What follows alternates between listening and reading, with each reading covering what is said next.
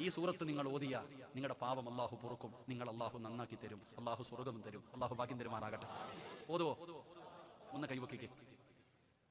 അൽഹംദുലില്ലാ. അല്ലാഹുവേ, ഈ കൈ മരിക്കുന്ന കാലം വരെ ആരുടെ മുമ്പിലും നീട്ടി യാചിക്കേണ്ട അവസ്ഥ വരുത്തല്ല അല്ലാഹുവേ. മരിക്കുമ്പോ ഷഹാദത്ത് കലിമ പറഞ്ഞ് സ്വർഗം കണ്ട് ഷഹീദിനെ പോലെ മരിക്കാൻ ഭാഗ്യം കൊടുക്കണേ അല്ലാഹ്. പടച്ചവനെ, നന്മ തിന്മ എഴുതിയ കിതാബ് ഈ വലത് കൈ കൊണ്ട് തന്നെ വാങ്ങാൻ ഭാഗ്യം തരണേ അല്ലാഹ്.